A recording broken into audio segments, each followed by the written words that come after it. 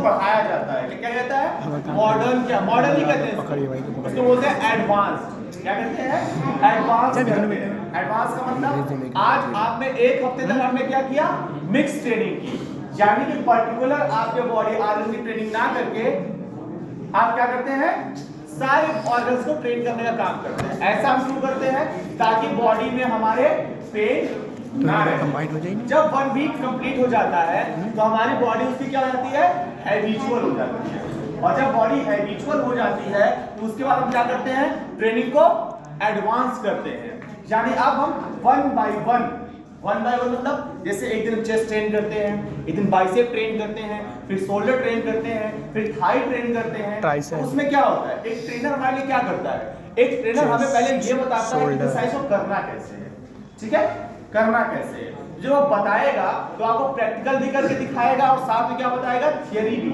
Theory में कोई noted चीज तो होती नहीं है। क्या होती है? जैसे कितने वाइल्ड करके रॉड को पकड़ना है, ये क्या है? उसकी थियरी है। ठीक है? एक बार में कितना वेट लेना है, वेट आपकी कैपेसिटी के ऊपर होता है, लेकिन आप क्या करते हैं उसे डे बाय डे जब आपकी कंसिस्टेंसी बढ़ती जाती है, आपकी स्ट्रेंथ बढ़ती जाती है, तो अपनी ट्रेनिंग को क्या करते हैं? एडवांस करते हैं। ठीक है? तो दैट इज द ट्रेनिंग। यानी ट्रेनिंग वह माध्यम है जो हमें किसी नई चीज को सीखने में सहायता प्रदान करती है। सिंपल है। ट्रेनिंग वह माध्यम है जो हमें किसी नई चीज को सीखने में सहायता प्रदान करती है। अच्छा, प्रैक्टिस सबसे पहले क्या जानना है? ट्रेनिंग एंड प्रैक्टिस में डिफरेंट क्या होता है। अब एक चीज समझना, ट्रेनिंग कराने के लिए आपको एक ट्रेनर या फिर कोच की जरूरत है जो आपको बताएगा, लेकिन प्रैक्टिस आप क्या करते हैं?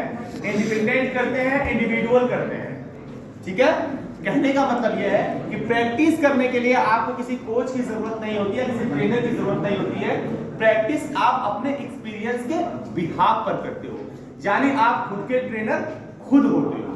जो चीजें आपको सिखा दी गई हैं उन चीजों में परिपक्व होने के लिए, मैच्योर होने के लिए वो आप अपने से ट्राई करते हैं, घर पे ट्राई करते हैं, अपने ग्राउंड में ट्राई करते हैं, अपने रोड पे ट्राई करते हैं, गली का जो रोड होता है वहां ट्राई करते हैं। किस लिए? For the practice. क्या वहां पे कोई एक ऐसा बंदा होता है जो आपको एक एक शॉट पे बताए या एक स्टेप पे बताए? वहां आपकी अपनी खुद की इंटेलेक्चुअलिटी चलती है। That is the difference between training and practice. Clear है? चलिए अब बात कर लेते हैं practice training effects on the childrens. कि ट्रेनिंग का बच्चों के ऊपर क्या इफेक्ट्स पड़ता है। सबसे पहला टर्म आपका आएगा फिजिकल चेंज। ठीक है? फिजिकल कैरेक्टरिस्टिक्स बोलेंगे। इसमें आपका क्या क्या आएगा वो चीज देखते हैं। हाइट आएगा, वेट आएगा, ठीक है, साइज आएगी, बॉडी आएगी, स्ट्रक्चर एंड शेप आएगा। ये फिजिकल कैरेक्टरिस्टिक्स होते हैं एक बच्चे के किसी भी चीज की ट्रेनिंग के पहले। ध्यान दीजिएगा, बच्चे की बात हो रही है। किसकी? बच्चे की। सेकंड टर्म्स आपका आएगा साइकोलॉजिकल कैरेक्टरिस्टिक। साइकोलॉजिकल कैरेक्टरिस्टिक में आपका आता है स्ट्रेंथ आता है, आपकी स्पीड आती है, आपकी स्टेमिना आती है, आपकी कोऑर्डिनेशन आती है, आपकी फ्लेक्सिबिलिटी आती है। ये सब आप किसमें आएगी? साइकोलॉजिकल फैक्टर्स में आएगी। साइकोलॉजिकल फैक्टर्स में जैसे कहने का मतलब साइकोलॉजिकल क्या होता है? सब कुछ माइंड से होता है। आपकी स्टेमिना, आपकी स्ट्रेंथ किस पे? आपकी विल पावर पे है। आपकी विल पावर जितनी अच्छी रहेगी आप उतना ज्यादा एक्टिव रहेंगे। आपकी विल पावर जितनी कमजोर रहेगी आप उतना ज्यादा अनएक्टिव रहेंगे। क्लियर है यहां तक? नेक्स्ट आपका आता है हेल्थ एंड हेरिडिटी। देखिए किसी भी चीज में हेल्थ एक अलग चीज होती है और हेरिडिटी अलग चीज होती है। हेरिडिटी वो होती है जो हमें गॉड गिफ्टेड होता है। गॉड गिफ्टेड मतलब जो हमें हमारे माँ बाप के द्वारा मिला हुआ है। We can not do any change in that. But health क्या है? That is in our control. उससे हम अपने अकॉर्डिंग कंट्रोल कर सकते हैं। ठीक है? इसमें आने वाली चीजें क्या है? जैसे मसल फाइबर हो गया, मसल टिश्यू हो गया, इम्यून सिस्टम हो गया। इस बार किसमें आते हैं? Health and heredity. Immune system क्या है यार? इम्यून सिस्टम सिंपल से समझिए आप। इम्यून सिस्टम क्या है? आपकी बॉडी की एक तरह से प्रतिरोधक क्षमता होती है। क्या होती है? प्रतिरोधक क्षमता होती है जो आपको होने वाली किसी भी डिजीज के से पहले क्या करती है? जो आपके अटैकिंग बैक्टीरियाज होते हैं, जो वायरस होते हैं, उनसे फाइट करने का काम करती है। ठीक है? आगे आते हैं आपकी परफॉर्मिंग द बेसिक कैरेक्टरिस्टिक्स। का बेसिक इसमें क्या ऐड हुआ है? ध्यान देने की बात है। बेसिक कैरेक्टरिस्टिक्स की बात कर रहा है। जब बेसिक्स की बात करेंगे तो बेसिक्स में एक चीज बहुत क्लियर निकल के आती है, वो होती है लर्निंग। क्या होती है? लर्निंग। सबको समझ में आ रहा है? लर्निंग मतलब सीखना। क्या सीखना? सीखते हैं वो चीज जो हमें नहीं आती है, यानी न्यू स्किल्स। अब एक छोटा बच्चा है, 5 साल का बच्चा है, 8 साल का बच्चा है, 10 साल का बच्चा है, 10 साल के अंदर उसे आप रखिए, उसे जब आप फर्स्ट टाइम ग्राउंड में उतारते हैं for the sports, for the game, सबको जो बास्केटबॉल क्लब से भेजना है, सबसे पहले वो क्या सीखेगा? ड्रिबलिंग करना सीखेगा। ड्रिबलिंग जानते क्या होता है? ड्रिबलिंग इज द प्रोसेस 1 2 3 1 2 3 1 2 3 4, यानी कि एक बार आपकी बास्केटबॉल आपके हाथ में आ गई है तो जमीन से वापस आपके हाथ के नीचे, फिर जमीन पे वापस हाथ के नीचे, that is the process of dribbling. ठीक है, ये होती है basic skills. Kicking, hitting, kick करना, ये क्या है? सबको आता है, लेकिन प्रॉपरली किक करना, एक फुटबॉल को कितने एंगल से किक करना है, कितने स्पीड से किक करना है, कितने डिस्टेंस से किक करना है, ये चीजें आपकी आती हैं। ठीक है, उसके बाद आपका आगे आता है, जैसे इसमें क्या है? पासिंग। पासिंग क्या चीज होती है?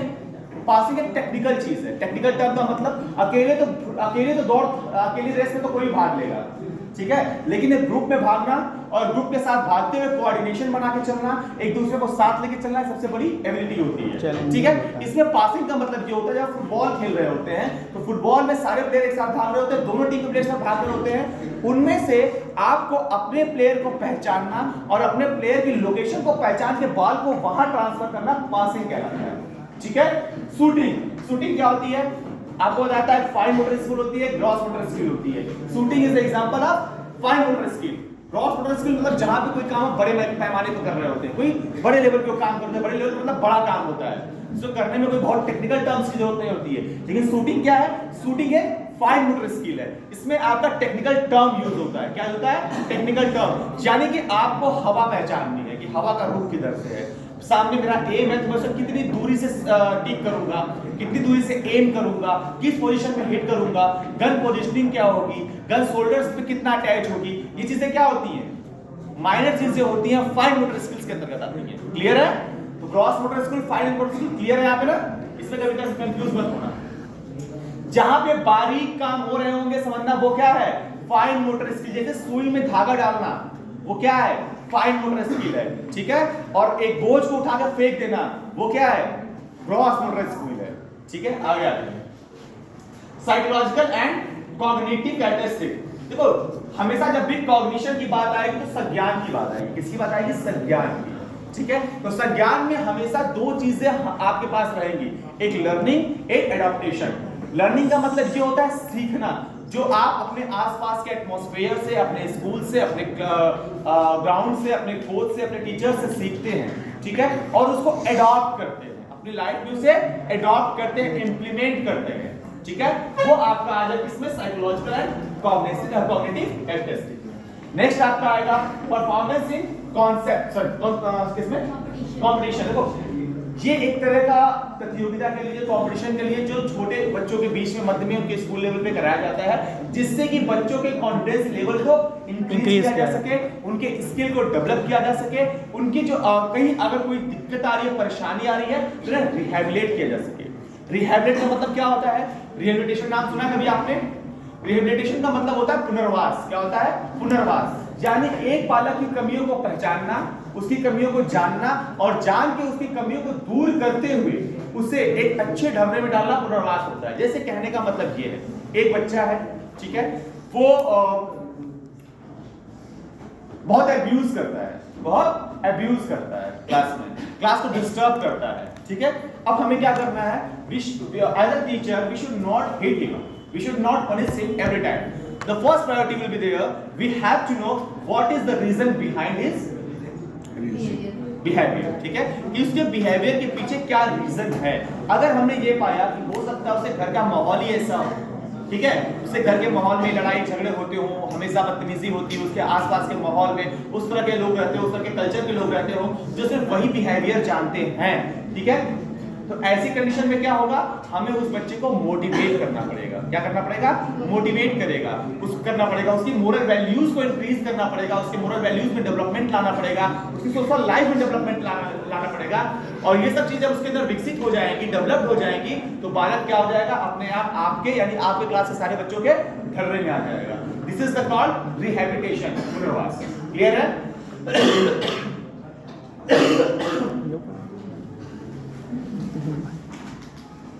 कंडक्टिंग मोटर फिटनेस टेस्ट और रिलेटेड टेस्ट। देखो कंडक्टिंग मोटर फिटनेस टेस्ट का मतलब होता है कि बालक के अंदर जो उसकी मोटर जो उसकी एबिलिटी है उसकी जांच पड़ताल करना।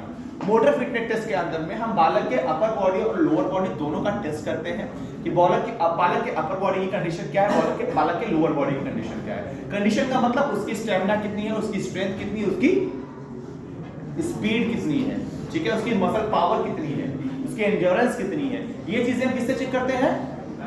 Motor test. क्लियर है? ये सारे पॉइंट जितने आपको बताए गए हैं इनमें से कहीं भी कोई प्रॉब्लम हो तो आप क्वेश्चन पुट कर लीजिए, ठीक है।